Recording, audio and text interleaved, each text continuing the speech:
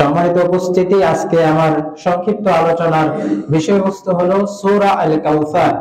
আজকে সূরা আল কাউসার এর উপরে আলোচনা করা হবে ইনশাআল্লাহ।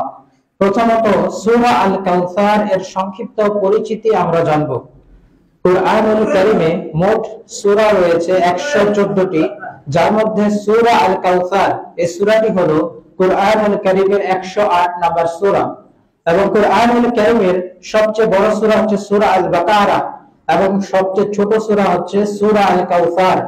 কুরআনুল কারীমের সূরাগুলোকে দুই ভাগে ভাগ করা হয়, মাক্কি এবং মাদানী।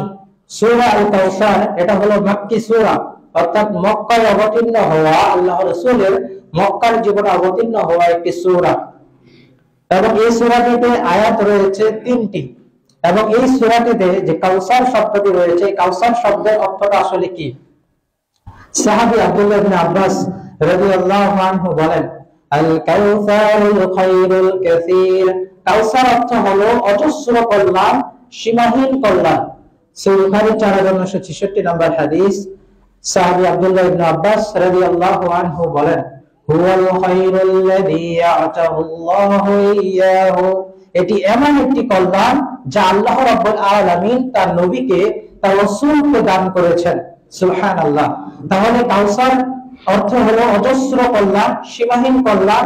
এবং কাউসার এমন একটি জিনিস যেটা আল্লাহ রাব্বুল আলামিন তার রাসূলকে দান করেছেন। সূরা কাউসারের সংক্ষিপ্ত অনুবাদ এখন আমরা জেনে নেব। সূরা কাউসারের 1 থেকে 3 নম্বর আয়াত আল্লাহ বলেন, ইন্না আতাইনাকাল কাউসার। নিশ্চয় আমরা তোমাকে কাউসার দান করেছি। ফাসাল্লি লিরাব্বিকা ওয়ানহার।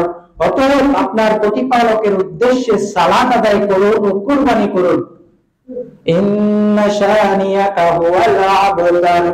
নিশ্চয় হে নবী, আপনার প্রতি বিদ্বেষ পোষণকারীরাই তো আবতার, নির্বংশ। এবার আমরা জানবো যে সূরা আল কাউসার, এই সূরাটি আল্লাহ রাব্বুল আলামিন কেন নাযিল করলেন, এর শানে নজুল কি? মক্কার একজন মুশরিক নেতা ছিল, কুরাইশদের নেতা। তার নাম হচ্ছে আস বিন ওয়াইল। এই আস বিন ওয়াইল মক্কার কুরাইশদের নেতা একদিন আল্লাহর নবী সাল্লাল্লাহু আলাইহি ওয়াসাল্লামের সাথে কোনো একটি বিষয়ে কথা বলছিলেন। তখন অন্য নেতারা আস বিন ওয়াইলকে জিজ্ঞেস করলেন যে আপনি কার সাথে কথা বলছিলেন? তখন আস বিন ওয়াইল বলল যে নির্বংশ ওই লোকটার সাথে। তো এই ধরনের বর্ণনা আবুল আহাব, আবু জাহেল, উতবা প্রমুখদের সম্পর্কেও জানা যায় যে তারাও আল্লাহ রাসূলের সাথে এই ধরনের ঘটনা ঘটিয়েছেন। তারা আল্লাহ রাসূলকে নির্বংশ কেন বলে?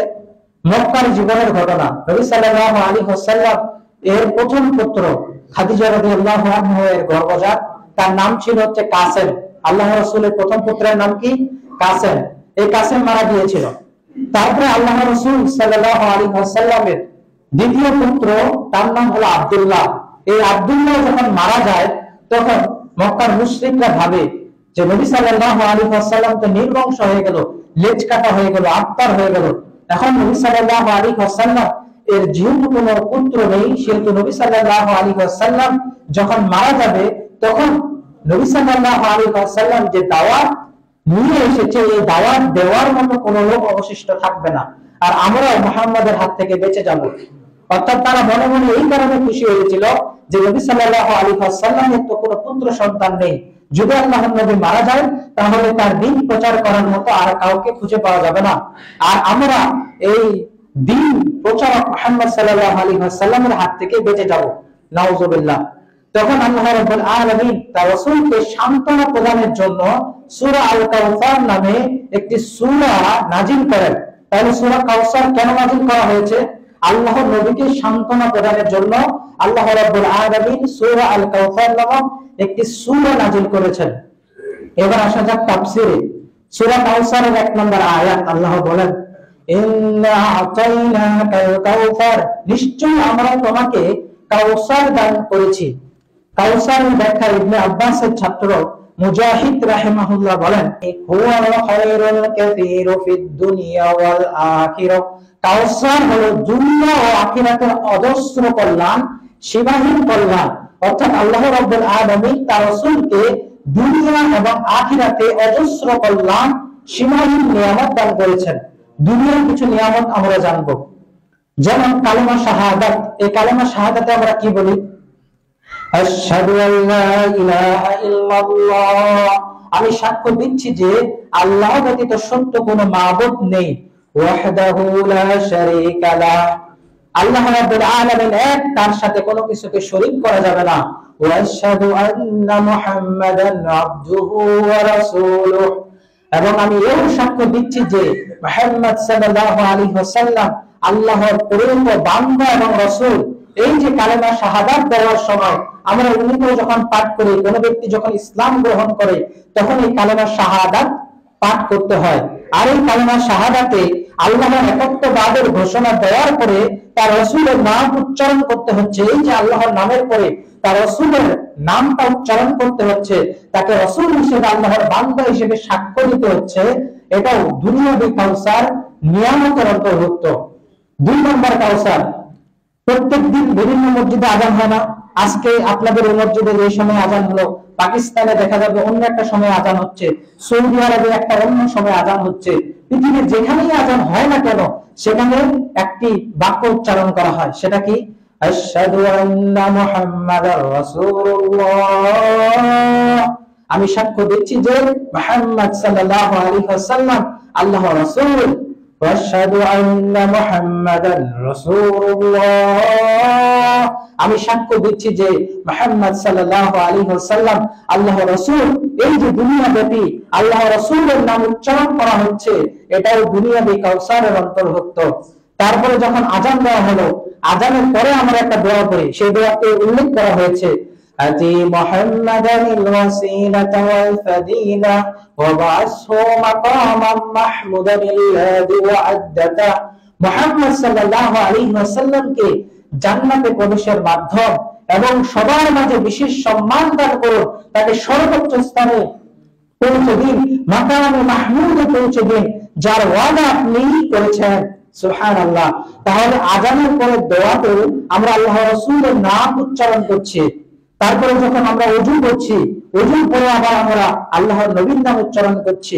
আশহাদু আল্লা ইলাহা ইল্লাল্লাহ ওয়াহদাহু লা শারীকা লাহু ওয়া আশহাদু আন্না মুহাম্মাদান আবদুহু ওয়া রাসূলুহু। তারপরে আমরা যখন মসজিদে প্রবেশ করছি তখন আমরা বলছি বিসমিল্লাহি ওয়াস সালাতু ওয়াস সালামু আলা রাসূলিল্লাহি আল্লাহুম্মা ইফতাহ লি আবওয়াব রাহমাতিকা। আল্লাহর নামে শুরু করছি, দরুদ ও শান্তি আল্লাহর রাসূলের উপরে অবতীর্ণ হোক। তাহলে মসজিদে প্রবেশের সময় আমরা নবীর নাম উচ্চারণ করছি। আবার যখন আমরা সালাত আদায় করছি তখন বাধ্যতামূলক ভাবে আমাদেরকে 2টি দোয়া করতে হচ্ছে, এক আত্তাহিয়াতু, আর একটা হচ্ছে দরুদ। কোন ব্যক্তি যদি আত্তাহিয়াতু না করতে পারে তাহলে তার সালাত হয় না। আর আমাদের আহলুল হাদিসদের ঠিক অনুযায়ী কোন ব্যক্তি যদি দরুদ না পড়ে তারপরে তার সালাত কিন্তু কবুল হবে না।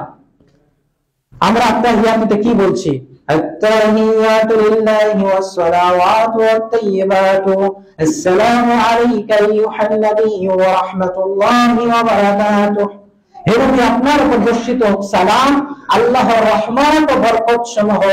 বাধ্যতামূলক ভাবে 5 ওয়াক্ত সালাতে আমাদেরকে এই দোয়াটি পড়তে হচ্ছে আত্তাহিয়াতুর ভিতরে। যে দোয়া ছাড়া সালাতই কবুল হবে না। তাহলে এটা কি দুনিয়াবি কাউসারের অন্তর্ভুক্ত নয়? অজস্র কল্যাণের অন্তর্ভুক্ত না? এটা অজস্র কল্যাণের অন্তর্ভুক্ত, কাউসারের অন্তর্ভুক্ত। তারপরে আমাদেরকে দরুদ পাঠ করতে হচ্ছে, যেখানে আমরা বলছি আল্লাহুম্মা সাল্লি আলা মুহাম্মাদ ওয়া আলা আলি মুহাম্মাদ কামা সাল্লাইতা আলা ইব্রাহিম ওয়া আলা আলি ইব্রাহিম ইন্নাকা হামিদুম মাজিদ। হে আল্লাহ, আপনি মুহাম্মদ ও তার বংশধরের উপর তেমনি ভাবে রহমত বর্ষণ করুন, যেমনই ভাবে আপনি ইব্রাহিম ও তার বংশধরের উপরে রহমত বর্ষণ করেছেন। হে আল্লাহ, নিশ্চয় আপনি প্রশংসিত, মহামহিমান্বিত। তারপরে আমরা বলছি আল্লাহুম্মা বারিক আলা মুহাম্মাদ ওয়া আলা আলি মুহাম্মাদ কামা বারাকতা আলা ইব্রাহিম ওয়া আলা আলি ইব্রাহিম ইন্নাকা হামিদুম মাজিদ। হে আল্লাহ, আপনি মুহাম্মদ ও তার বংশধরের উপরে বরকত নাযিল করুন, যেমনই ভাবে আপনি ইব্রাহিম ও তার বংশধরের উপরে বরকত নাযিল করেছেন।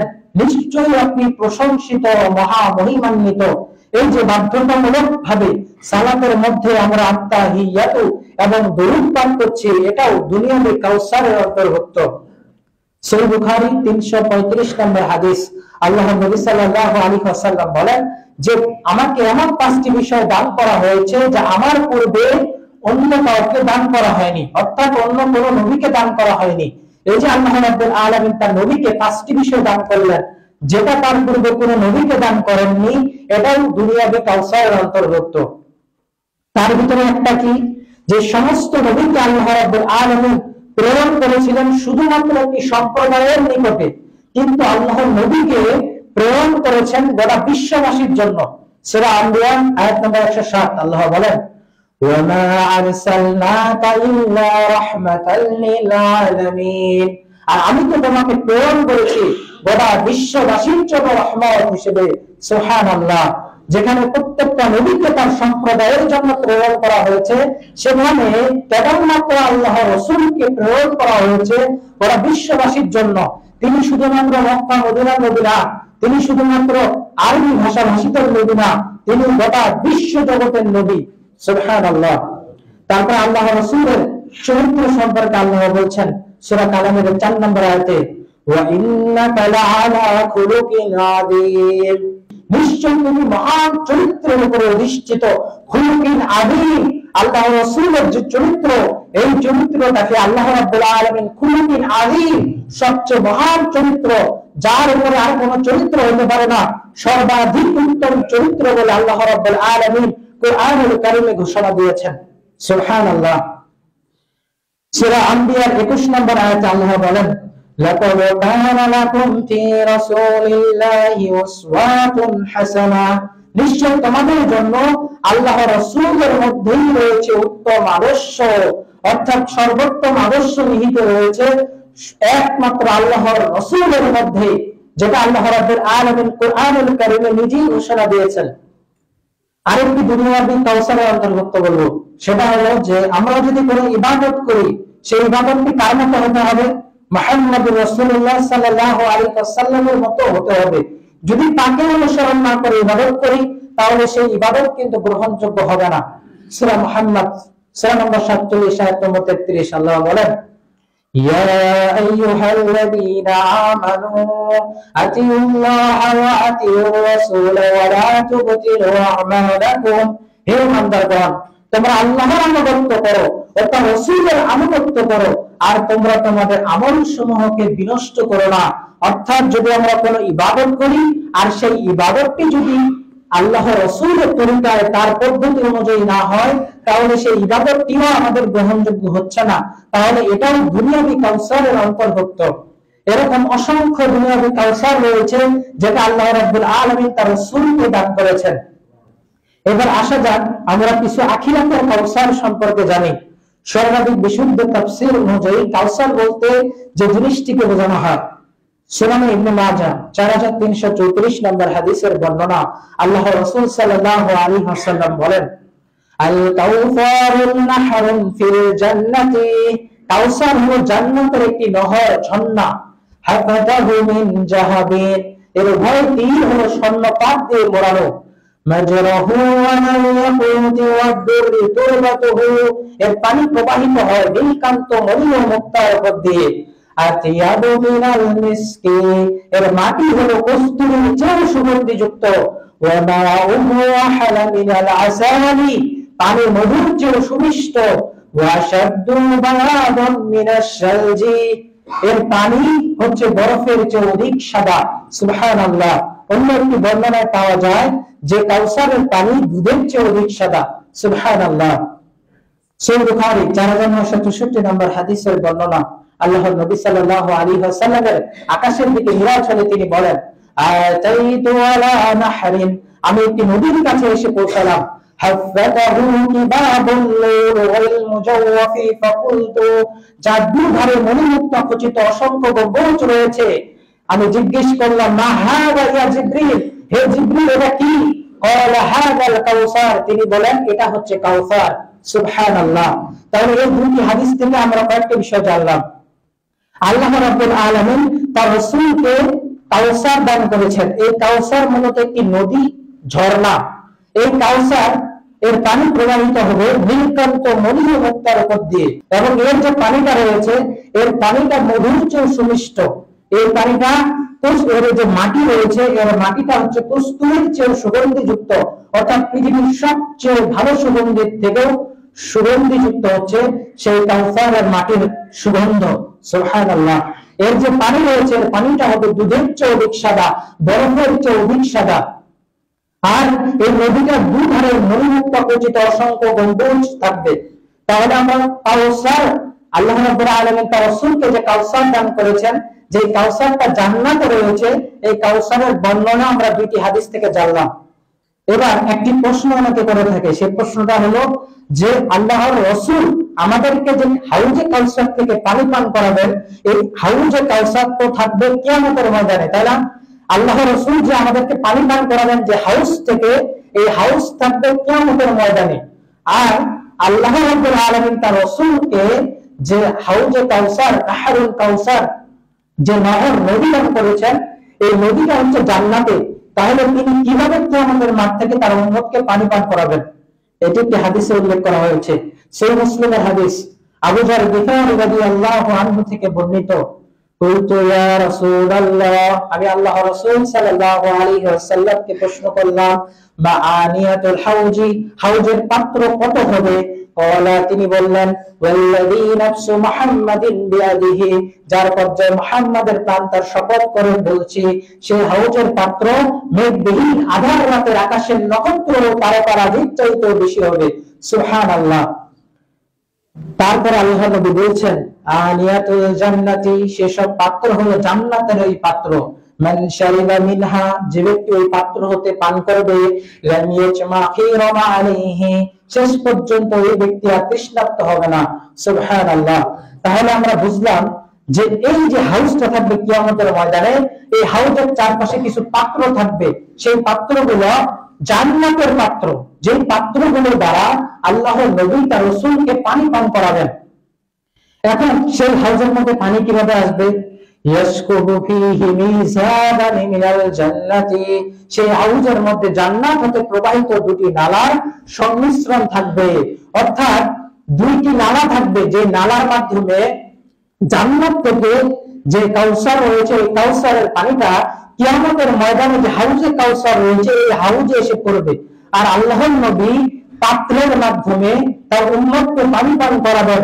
আর যে উম্মত একবারই পানি পান করবে সে আর শেষ পর্যন্ত তৃষ্ণার্ত হবে না। সুবহানাল্লাহ। এবার আরেকটি হাদিস, যে এই যে হাউজে কাউসারের পানি রয়েছে, এই হাউজে কাউসারের পানি কারা কারা পান করতে পারবে না? সেই মুসলিম 477 নম্বর হাদিসের বর্ণনা। আল্লাহর নবী সাল্লাল্লাহু আলাইহি ওয়াসাল্লাম বলেন, জেনে রাখো কিছু সংখ্যক লোককে সেদিন আমার হাউস থেকে হটিয়ে দেওয়া হবে, আমি তাদেরকে ডাকবো, এসো এসো। ফায়াকুলু, তখন বলা হবে, ইন্নাহুম ক্বাদ বাদদালু বা'দাকা, এরা আপনার পরে আপনার দিনকে পরিবর্তন করে দিয়েছিল। ফাআকুলু, তখন আমি বলবো, সুহকান সুহকান, দূর হও দূর হও। অর্থাৎ কিয়ামতের দিন হাউজে কাউসারের পানি পান করতে পারবে না ওই ব্যক্তি যে বিদআত আমল করেছিল। যেমন কিছু সব ধরনের বিদআত না, যে বিদআতগুলো মারাত্মক ধরনের বিদআত, সেই বিদআতগুলো কিয়ামতের ময়দানে হাউজে কাউসারের পানি পান করা থেকে বঞ্চিত হবে। আর ছোটখাটো বিদআতগুলো আল্লাহ রাব্বুল আলামিন চাইলে তিনি সেই কিয়ামতের ময়দানে মাফ করে দিতে পারেন।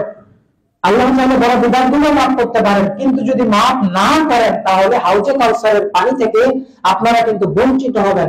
তাই ছোট বিদআত হোক অথবা বড় বিদআত হোক, সব ধরনের বিদআত থেকে আমাদেরকে অবশ্যই বিরত থাকতে হবে। যেমন কয়েকটি বিদআত আমি আপনাদের সামনে উল্লেখ করি। আকীদাগত কিছু বিদআত, যেমন আল্লাহ রাব্বুল আলামিন বলেন, আর রহমানু আলাল আরশি ইস্তাওয়া, রহমান আরশের উপরে উঠেছেন। আল্লাহ রাব্বুল আলামিন কোথায়? আরশের উপরে, তার সৃষ্টি জগৎ থেকে পৃথক। এখন কোন ব্যক্তি যদি এটা বিশ্বাস করে যে মুমিনের কলবের ভিতরে আল্লাহ রাব্বুল আলামিন থাকেন, নাউযুবিল্লাহ, আল্লাহ রাব্বুল আলামিন সর্বত্র বিরাজমান, কেউ যদি এই আকীদা পোষণ করে তাহলে এই ব্যক্তি হাউজে কাউসারের পানি পান করা থেকে বিরত থাকবে। আর কোন মানুষ যদি এটা বলে যে আল্লাহ যদি দুনিয়াতে কোনোদিন আসতো তাহলে মসজিদে আসতো, নাউযুবিল্লাহ, এক বক্তা এই ধরনের কথা বলছে, তাহলে যারা এই ধরনের বিদআতি কথাবার্তা বলে, যাদের আকীদা এই ধরনের বিদআতি, তারাও হাউজে কাউসারের পানি পান করা থেকে বঞ্চিত হবে। এবার কিছু আমল বলা যাক। যেমন বিভিন্ন তরিকা রয়েছে, এক এক তরিকার এক এক রকম জিকির, কেউ হু জিকির করে, কেউ ইল্লাল্লাহ ইল্লাল্লাহ জিকির করে। এই ধরনের দ্বারা বিদআতি জিকির তৈরি করে কেউ কেউ মনে করে যে আমি যদি ওই পীরের মুরিদ হয়ে যাই তাহলে ওই পীরের তরিকা অনুযায়ী আমাকে জিকির করতে হবে, আমি যদি অন্য একজন পীরের মুরিদ হই তাহলে ওই পীরের তরিকা অনুযায়ী আমি জিকির করব। তাহলে এইভাবে যদি কোনো ব্যক্তি মুহাম্মদ সাল্লাল্লাহু আলাইহি ওয়াসাল্লাম এর শেখানো জিকিরের তরিকা বাদ দিয়ে তাদের নিজের তৈরি করা জিকিরের তরিকা অনুযায়ী জিকির করে, এই ধরনের বিদআতিরা হলো বড় বিদআতি। এই বিদআতিরা হাউজে কাউসারের পানি পান করা থেকে বঞ্চিত হবে। নাউযুবিল্লাহ। আর বিদআতের একটি ভয়াবহতা, সেই ভয়াবহতাটা হলো যে কোনো একটি সমাজে যখন কোনো একটি বিদআত প্রতিষ্ঠিত হয়ে যায় তখন ওই সমাজ থেকে একটি সুন্নাহ হারিয়ে যায়। যেমন যারা ফরজ সালাতের পরে সম্মিলিত মোনাজাত করে, তারা ফরজ সালাতের পরে যে জিকিরগুলো রয়েছে এই জিকিরগুলোকে হত্যা করে দেয়। এই জিকিরগুলো তারা করে না। যখনই সালাত শেষ হয়ে যায় ইমাম সাহেব হাত উঠিয়ে দোয়া করে, তারপরে যখন দোয়া করা শেষ হয়ে যায় তারা তখন সুন্দর করে বের হয়ে মসজিদে চলে যায়, বাইরে চলে যায়। তাহলে একটা সুন্নাত ওই সমাজ থেকে হারিয়ে গেল। তারপরে যখন নবদম্পতিকে বিয়ে দেওয়া হয়, সেই নবদম্পতিকে বিয়ে দেওয়ার পরে একটি দোয়া রয়েছে, এই দোয়াটা আমরা কেউ জানি না। না জানার কারণ কি, যে আমরা নবদম্পতিকে বিয়ে দেওয়ার পরে সম্মিলিত মোনাজাত করি, আর এই সম্মিলিত মোনাজাত সমাজে প্রতিষ্ঠিত হওয়ার কারণে আল্লাহ রাসূলের শিখানো দোয়াটা সমাজ থেকে হারিয়ে গেছে। তাহলে এটাই হচ্ছে বিদআতের ভয়াবহতা। সহিহ বুখারী হাদিস নম্বর 2697। আল্লাহ রাসূল সাল্লাল্লাহু আলাইহি ওয়াসাল্লাম বলেন, মান আমিলা আমালান লাইসা আলাইহি আমরুনা ফাহুয়া রাদ্দুন। যে ব্যক্তি আমাদের এই দ্বীনে নতুন কিছু উদ্ভাবন করেছে যা এর অন্তর্ভুক্ত নয় তা প্রত্যাখ্যাত। তাহলে আমরা সূরা কাউসারের 1 নম্বর আয়াতের তাফসীর শেষ করলাম। সূরা কাউসারের 2 নম্বর আয়াত, ফাসাল্লি লিরাব্বিকা ওয়ানহার, অতএব আপনার প্রতিপালকের উদ্দেশ্যে সালাত আদায় করুন, কুরবানি করুন। অর্থাৎ এখানে আমাদের এই ক্লাসকে সঠিক করার জন্য তাগিদ দেওয়া হচ্ছে। রিয়াজুস সালিহিনের 8 নম্বর হাদিস, আল্লাহর নবী সাল্লাল্লাহু আলাইহি ওয়াসাল্লাম বলেন, ইন্নাল্লাহা লা ইয়ানজুরু ইলা আসামিকুম ওয়ালা ইলা সুওয়ারিকুম।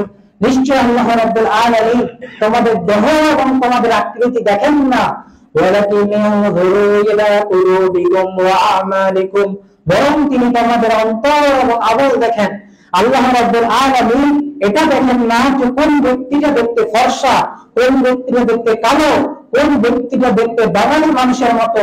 আল্লাহ রাব্বুল আলামিন কোন মানুষের পোশাক দেখেন না, বরং তিনি আপনাদের অন্তর এবং আমল দেখবেন। সহিহ বুখারীর প্রথম হাদিস, আল্লাহর নবী বলেন, ইন্নামাল আমালু বিন্নিয়াহ, প্রত্যেকটি আমল নিয়তের উপরে নির্ভরশীল। তাহলে এই আয়াতে দুইটি বিষয় উল্লেখ করা হয়েছে। একটি হলো সালাত আদায় করতে বলা হয়েছে, কুরবানি করতে বলা হয়েছে, এবং সেটি করতে বলা হয়েছে ইখলাসের সাথে। আর আমাদের সমাজের যে মানুষেরা রয়েছে তারা ইখলাসের সাথে কি সালাত আদায় করবে? তারা তো সালাতই আদায় করে না। তিরমিজি হাদিস নাম্বার 2618 নম্বর হাদিস, আল্লাহর নবী সাল্লাল্লাহু আলাইহি ওয়াসাল্লাম বলেন, বাইনাল কুফরি ওয়াল ঈমান তারকুস সালাহ। কুফর এবং ঈমানের মাঝে পার্থক্য হলো নামাজ ত্যাগ করা। অর্থাৎ একদিকে কুফর, একদিকে ঈমান, উভয়ের মাঝে পার্থক্য কি? নামাজ ত্যাগ করা, নামাজ ছেড়ে দেওয়া। সেখানে আর তিরমিজি হাদিস নাম্বার 2621, আল্লাহর নবী সাল্লাল্লাহু আলাইহি ওয়াসাল্লাম বলেন, আল্লাহুল্লাযী বাইনানা ওয়া বাইনাহুমুস সালাহ, আমাদের ও তাদের মাঝে মুক্তির যে প্রতিশ্রুতি তা হলো নামাজ। ফামান তারাকাহা ফাকাদ কাফারা, যে ব্যক্তি সালাত পরিত্যাগ করলো ওই ব্যক্তি কুফর করলো। অর্থাৎ আমাদের ও তাদের মাঝে পার্থক্য বলতে বোঝানো হচ্ছে আমাদের বলতে যারা ঈমানদার এবং তাদের বলতে যারা কাফের, উভয়ের মাঝে পার্থক্য কি? সালাত। ফামান তারাকাহা ফাকাদ কাফারা, যে ব্যক্তি সালাত পরিত্যাগ করলো ওই ব্যক্তি কুফর করলো। সহিহ মুসলিম 149 নম্বর হাদিসের বর্ণনা, ইসলামিক ফাউন্ডেশন কর্তৃক ছাপা। আল্লাহর নবী সাল্লাল্লাহু আলাইহি ওয়াসাল্লাম বলেন, ইন্না বাইনার রাজুলি ওয়া বাইনাশ শিরকি ওয়াল কুফরি তারকুস সালাহ। বান্দা এবং শিরক ও কুফর উভয়ের মাঝে পার্থক্য হলো সালাত ত্যাগ করা, সালাত ছেড়ে দেওয়া। অর্থাৎ একজন ইমানদার বান্দা শিরক এবং কুফর উভয়ের মাঝে পার্থক্য কি? সালাত পরিত্যাগ করা।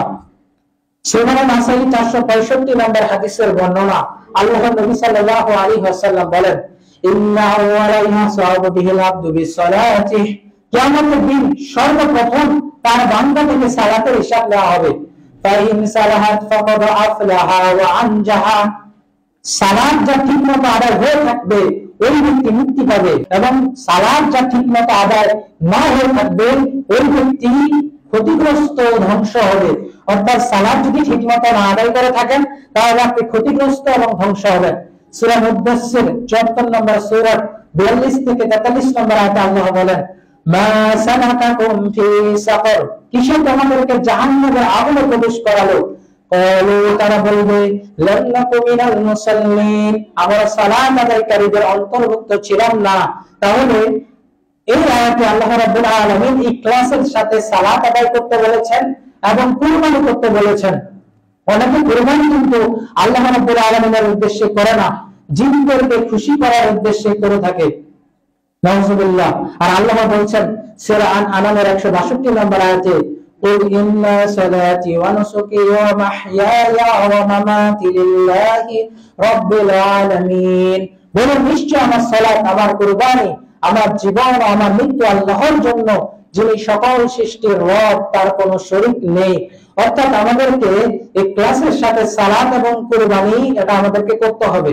এই আয়াতের দ্বিতীয় তাফসীর সেটা হলো যে আল্লাহ রাব্বুল আলামিন তার রাসূলকে যে কাউসার দান করেছেন, সীমাহীন কল্যাণ দান করেছেন, এর জন্য আল্লাহ রাব্বুল আলামিন তার রাসূলকে বলছেন যে তুমি তোমার প্রতিপালকের উদ্দেশ্যে সালাত আদায় করো ও কুরবানি করো। এটা শুকরিয়া আদায় করার জন্য আল্লাহ রাব্বুল আলামিন তার রাসূলকে বলছেন। এর জন্য আপনারা দেখবেন আল্লাহর রাসূলের উপরে কিন্তু রাতের যে সালাত ছিল, এই সালাত কিন্তু তিনি কখনো মিস দিতেন না। কিন্তু এই রাতের সালাতটা আমাদের জন্য ফরজ, এটা আমাদের জন্য ফরজ না। কিন্তু আল্লাহর রাসূল তার জীবনে কখনো এই সালাতটাকে পরিত্যাগ করেনি, সব সময় তিনি রাতের সালাত আদায় করতেন। তাহলে এই রাতের সালাত আদায় করা এবং বেশি বেশি করে কুরবানি করা, এটা আল্লাহ রাব্বুল আলামিন তার রাসূলকে নির্দেশ দিচ্ছেন। তাহলে এই আয়াতটির দুইটি তাফসীর। 3 নম্বর আয়াত, ইন্না শানিয়াকা হুয়াল আবতার, নিশ্চয় আপনার প্রতি, হে নবী, আপনার প্রতি যারা বিদ্বেষ পোষণ করে তারাই হলো নির্বংশ। আল্লাহর রাসূলকে মক্কার মুশরিকরা নির্বংশ বলেছিল কেন? এক, তারা পুত্র সন্তান, যে দুটি পুত্র সন্তান ছিল তারা মারা গিয়েছিল, যার কারণে আল্লাহর রাসূলকে তারা আবতার, লেজ কাটা, নির্বংশ বলে তুচ্ছ তাচ্ছিল্য করে। আরেকটি কারণ এটা ছিল যে আল্লাহর রাসূলের মৃত্যুর পরে তার দাওয়াত শেষ হয়ে যাবে, অর্থাৎ তাদেরকে লা ইলাহা ইল্লাল্লাহ এর দাওয়াত দেওয়ার মতো কোনো লোক থাকবে না। এই জন্য তারা মনে মনে খুশি হয়েছিল যে মুহাম্মদ তো মারা যাবে, তার তো কোনো ছেলে নেই, তার নাম নেওয়ার মতো পৃথিবীতে কেউ থাকবে না, তার নামটা পৃথিবী থেকে মুছে যাবে। তো এই ঘটনার পরিপ্রেক্ষিতে কিন্তু আল্লাহ রাব্বুল আলামিন সূরা আল কাউসার নাযিল করেন। তাহলে এই আয়াতের তাফসীর দুই ভাবে হবে। এক নম্বর সেটা হলো যে আল্লাহ রাব্বুল আলামিন শুধু যে পুরুষ সন্তানের মাধ্যমে বংশধরকে হেফাজত করেন, রক্ষা করেন, এটা কিন্তু সঠিক না। আল্লাহ রাব্বুল আলামিন কন্যা সন্তান ছিল না, কন্যা সন্তান ছিল। তাহলে কন্যা সন্তানের মাধ্যমে বংশধর এটা রক্ষা পেতে পারে, কেননা আল্লাহর রাসূলের যে বংশধর, এই বংশধর এখনো পৃথিবীতে রয়েছে। আরেকটি তাফসীর যে তারা বলেছিল মুহাম্মদ সাল্লাল্লাহু আলাইহি ওয়াসাল্লামের নাম নেওয়ার মতো পৃথিবীতে কেউ থাকবে না। কিন্তু বর্তমানে দেখেন মুহাম্মদ সাল্লাল্লাহু আলাইহি ওয়াসাল্লাম সম্পর্কে কেউ যদি একটা বাজে কথা বলে, এখানকার একজন মানুষও কিন্তু চুপ থাকবে না, তাকে ধরে এখানে শেষ করে দেবে। তাহলে মুহাম্মদ সাল্লাল্লাহু আলাইহি ওয়াসাল্লামের নাম তো পৃথিবীতে মুছে যায়নি, বরং মুহাম্মদ সাল্লাল্লাহু আলাইহি ওয়াসাল্লামের ভালোবাসায় কোটি কোটি মানুষ, কোটি কোটি মুসলমান জীবন দেওয়ার জন্য প্রস্তুত। এবং আল্লাহ রাসূলের জন্য আল্লাহ রাব্বুল আলামিন দুনিয়াতে যেমন অসংখ্য কাউসার দিয়েছেন, তেমনি ভাবে আখিরাতেও তিনি প্রচুর কাউসার দিয়েছেন, অজস্র কাউসার দিয়েছেন। যেমন জান্নাতে যিনি প্রথম প্রবেশ করবেন তিনি হলেন মুহাম্মদ সাল্লাল্লাহু আলাইহি ওয়াসাল্লাম। যখন সকল নবীদের কাছে শাফাআতের জন্য মানুষেরা যাবে, কোন নবী শাফাআত করতে পারবে না, তখন কোন নবী শাফাআত করবে? মুহাম্মদ সাল্লাল্লাহু আলাইহি ওয়াসাল্লাম। এটা কি কাউসারের অন্তর্ভুক্ত না? এটাও কাউসারের অন্তর্ভুক্ত। নবী সাল্লাল্লাহু আলাইহি ওয়াসাল্লামের উম্মতরা জান্নাতে সর্বাধিক হবে, এটা কি কাউসারের অন্তর্ভুক্ত না? তার উম্মতরাই অন্যান্য উম্মতদের থেকে আগে জান্নাতে প্রবেশ করবে, এটা কি কাউসারের অন্তর্ভুক্ত না? তিনি তার উম্মতকে হাউজে কাউসার থেকে পানি পান করাবেন, যে পানি পান করলে শেষ পর্যন্ত তার কোনো উম্মত তৃষ্ণার্ত হবে না, এটাও কাউসারের অন্তর্ভুক্ত। তাহলে এটাই সংক্ষিপ্তভাবে সূরা আল কাউসারের তাফসীর।